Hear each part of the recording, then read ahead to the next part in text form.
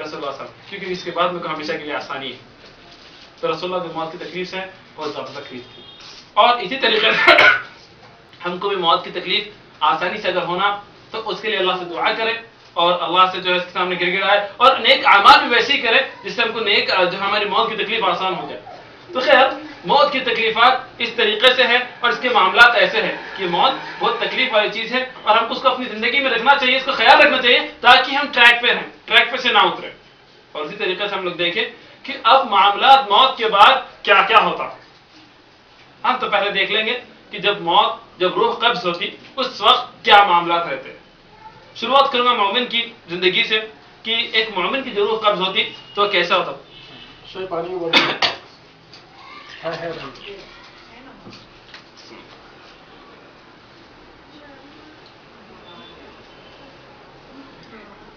تو جب مومن کی روح قبض ہوتی تو کس طریقے سے قبض ہوتی. سورہ نساء اور ابن احمد کی روایت ہے کہ رسول اللہ صلی اللہ علیہ وسلم بتاتے جب کسی مومن کی موت ہوتی، اب آپ گنتے جائیے کہ کتنے کتنے انعامات مومن کو یہیں سے شروع ہو جاتا. کتنے کتنے انعامات.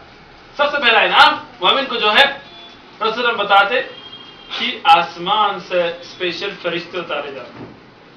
اسپیشل فرشتے رسول اللہ بتاتے کہ موت کے وقت جب اس کی موت ہوتی تو فرشتے آسمان سے اترتے ملک الموت کے ساتھ اور اس کو ایک دم سفید یعنی سورج کی روشن جیسی روشنی دکھتی. یعنی وہ فرشتے اس کو سورج کی روشنی سے زیادہ تیز روشنی والے دکھتے اور اس کے لیے جنت سے اسپیشل کفن لے کر آتے. جنت سے اسپیشل کفن لے کر آتے اور وہ کفن کے اندر مسک سے جو مسک سے جیسی مسک سے اچھی خوشبو رہتی اس کے اندر، یعنی جو دنیا میں آپ کبھی نہیں سنی ہوئی ویسی خوشبو آپ کو جو رسول بتاتے ہیں کہ ویسے خوشبو والا کفن وہ جنت سے لے کے آتے. آپ اندازہ لگائیے کہ جنت کی خوشبو والا جب کفن لے کر آئیں گے تو اس کا معاملہ کیسا رہے گا، اس کے اگین اس کی لگژریز کیسی رہیں گی. سبحان اللہ. تو ہوتا یہ کہ جب وہ مومن کی اس کے پاس آتے تو مومن کو سب سے پہلے یہ لگتا کہ ایسا دکھتا کہ چاروں طرف سورج کی روشنی چھا گئی اور اسی طریقے سے پورا چاروں طرف جو ہے سورج کا معاملہ سورج کی روشنی چھا گئی اور سورج کے معاملات والے چہرے والے فرشتے اس کے اوپر نازل ہوتے. اب پھر اس کے بعد یہ ہوتا کہ ملک الموت اس کے سر کے پاس آتے اور بشارت دیتے، اس کو اچھی اچھی بشارت دیتے اور اس کی روح کو حکم دیتے کہ چل آ باہر اللہ کی خوشنودی کی طرف، اللہ کی رضا کی طرف. پہلی بشارت مل جاتی کہ اللہ کی خوشنودی کی طرف آ جا اور اللہ کی رضا کی طرف آ جا، یعنی اللہ کی خوشی کی طرف آ جا. اب اندازہ لگائیے کہ ایک مومن ہونا اپنے آپ میں کتنا بڑا شرف ہے کہ یہ موت کی تکلیف کو کتنی آسانی سے اللہ جو ہے گزار دے، کتنی آسانی سے اللہ گزار دے کہ ایون اس کو یہ خوشی کا معاملہ اتنا رہے گا کہ ظاہر بات ہے جب موت کی تکلیف اس کو محسوس نہیں ہوگی، اتنا معاملہ آسان رہے گا. اور رسول اللہ صلی اللہ علیہ وسلم بتاتے کہ جب ملک الموت حکم دیں گے تو اس کی روح نکل جائیں گی، مانو ایسے نکلیں گی جس طریقے سے اپنی اسکن پہ سے پانی پھسلتا، جس طریقے سے اپنی اسکن پہ سے یا اپنی چمڑی پہ سے پانی آسانی سے پھسل جاتا ویسی جو ہے اپنے اندر سے روح نکل جائیں گی. اور وہ روح نکلنے کے بعد رسول اللہ محمد صلی اللہ علیہ وسلم بتا دیں کہ وہ نکلتے ہی جیسے ہی وہ نکلیں گے تو تمام فرشتے جو آپس سے ساتھ میں گھیرے ہوئے ہیں وہ جیسے ہی پورے نکلیں گے وہ لیں گے اور اس کو خوشبودار جو ہے کفن میں اس کو ڈال دیں گے اور جو کفن جنت سے لے کر آئے تھے وہ کفن میں ڈال دیں گے اور اسی طریقے سے کفن لے کر اس کو آسمان کی طرف لے کے جائیں گے. اور اسی طریقے سے جب آسمان کی طرف لے کے جائیں گے تو آسمان کی طرف لے جانے کے وقت رستے میں ان کو کئی فرشتے ملیں گے، دو فرشتے ملیں گے اور پوچھیں گے یہ فلاں نیک روح کس کی ہے؟ بشارت پہ بشارت، بشارت پہ بشارت. مومن ہونے کا شرط دیکھیے آپ کہ ایمان والا شرط ہونے کا شرط دیکھیے. اور یہ لیول جبھی آ سکتا جب زندگی میں ہمارے نزدیک موت کی اہمیت، ہم موت کو یاد رکھتے ہیں. یہی اسٹیج جبھی آئے گا جب ہم موت کو ہماری زندگی میں بار بار یاد رکھیں. تو ہوتا یہ کہ پھر اس کے بعد فرشتے لے کر جاتے آسمان کی طرف اور بار بار اس کو فرشتے جب وہ ملتے وہ پوچھتے کیا کہ دیکھو کہ یہ کون ہے فلاں بن فلاں کا روح. وہ بولیں گے یہ فلاں بن فلاں ہے، فلاں بن فلاں کا بیٹا، یعنی باپ کے نام کے ساتھ. اندازہ لگائیے کہ کتنا فیمس اللہ کر دیں گا. رسول کی حدیث قدسی ہے، اللہ بتاتے کہ جب میرا بندہ اپنے آپ میں کسی میرا ذکر کرتا ہے تو میں بھی اپنے آپ میں اس کا ذکر کرتا ہوں. جب میرا بندہ کسی ایک کے سامنے اس کا ذکر کرتا ہے میں بھی کسی ایک کے سامنے اس کا ذکر کرتا ہوں. جب میرا بندہ کسی گیدرنگ میں میرا ذکر کرتا ہے، کسی اچھے لوگوں میں تعداد میں لوگوں میں ذکر کرتا ہے تو میں اس سے بہتر گیدرنگ میں اس کا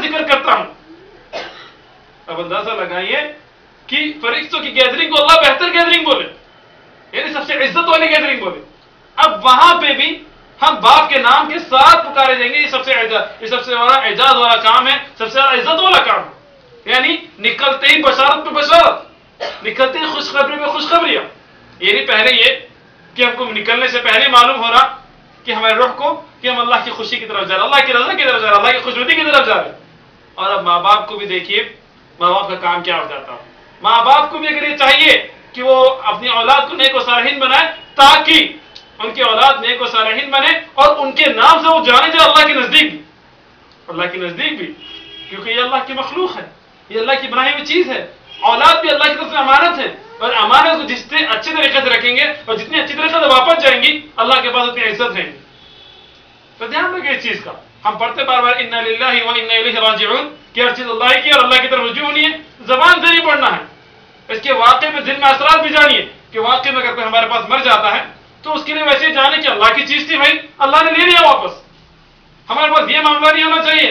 جیسے کہ مثلا میں آپ سے پوچھتا ہوں کہ اگر میں کچھ پیسے آپ کے پاس رکھتا ہوں، کچھ سالوں کے بعد آ کے واپس دیتا ہوں، تو کیا آپ اس کے لیے ویسے ہی روئیں گے؟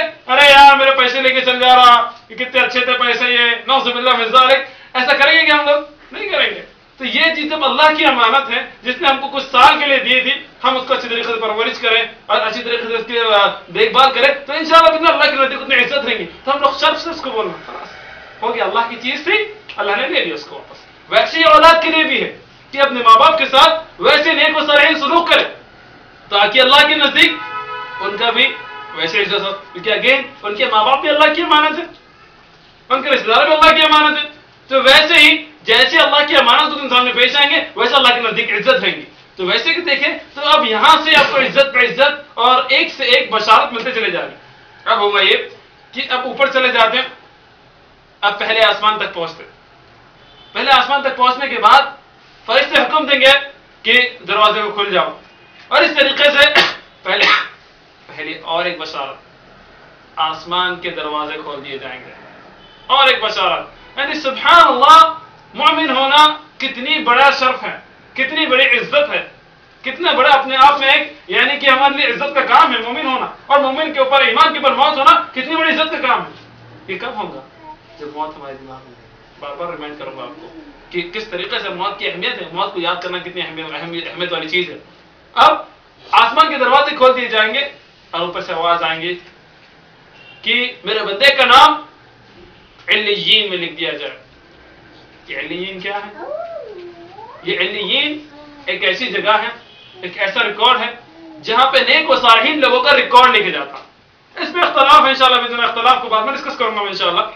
تو اس طریقے سے علیین میں لکھا جائے گا معاملہ نیک و صالحین لوگوں کا. اب نیک و صالحین لوگوں کا جب نام لکھا جائے گا، لکھ کے اس کا ریکارڈ وہاں پہ فکس ہونے کے بعد اللہ سبحانہ تعالیٰ بولیں گے جاؤ اس کو وہیں پہ ڈال دیا جائے جہاں سے میں نے اس کو پیدا کیا تھا، یعنی مٹی میں. ان شارٹ مٹی میں اس کو ڈال دیا گیا. اللہ نے انسان کو کیسے پیدا کیا؟ مٹی سے پیدا کیا. تو مٹی میں ڈال دیا جائے جہاں سے اس کو میں نے پیدا کیا تھا، اور اسی سے میں اس کو وہیں سے اس کو جو ہے واپس اٹھاؤں گا. صحیح مسلم کی ایک روایت ہے، اور ہم بتاتے کہ لفظ العظم یعنی کہ ایک ہڈی ہے، ریڑھ کی ہڈی میں رہتی ہے جو ہمیشہ باقی رہے. صحیح مسلم کی روایت ہے. تو انشاءاللہ اسی کے ذریعے اللہ قیامت کے دن اٹھائیں گے. تو غالباً تو اسی طریقے سے اس کی روح واپس ڈال دی جاتی اور اسی طریقے سے جو قبر میں ڈال دیا جاتا. اب مسئلہ آتا